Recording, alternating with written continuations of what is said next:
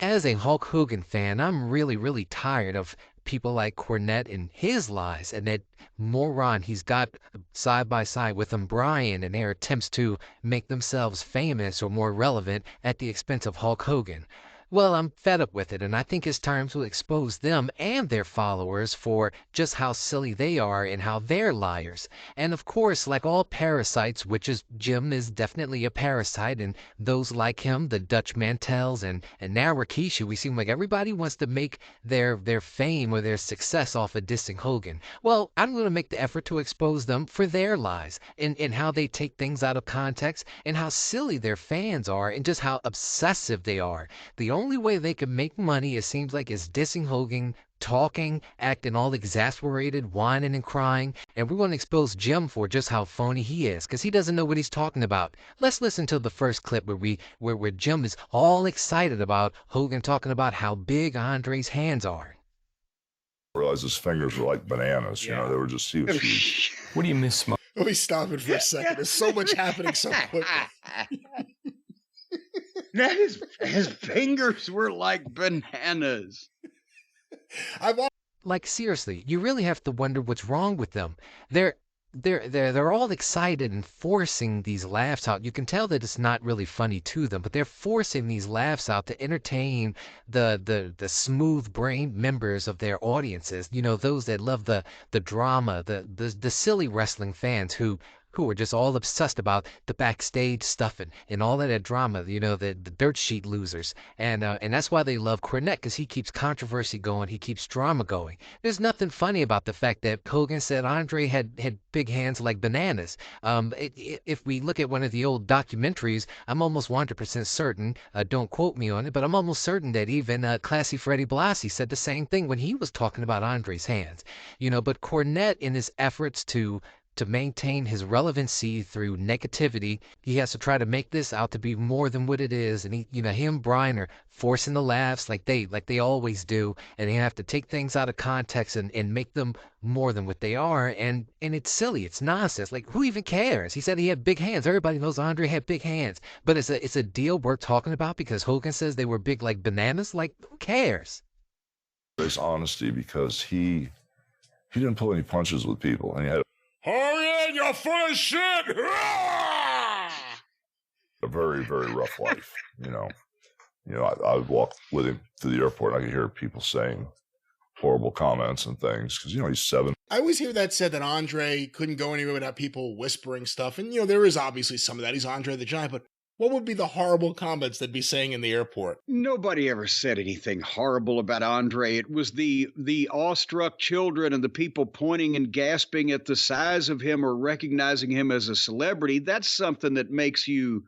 See, this is where we get a good glance at just how absolutely insane Jim Cornette is and how his fans are insane, because Jim Cornette has made a partial career off of calling Hulk Hogan a liar. But how in the universe would Jim Cornette know that people were not saying those things about Hogan? Jim Cornette was not in the same promotion. He did not run in the same circles as Hogan and Andre to know that Hogan is not telling the truth on this. We do know that people have been rude to Andre on different occasions, and that's just a fact of life for Andre. And that Andre was very bitter, and he did not like that. He did not like people talking to him or referring to his height. And it's very well within reason to imagine that people, Andre going through an airport, people might say something under their breath or might refer to him as a freak or say he looks weird or strange. I mean, Andre was definitely different than everybody else.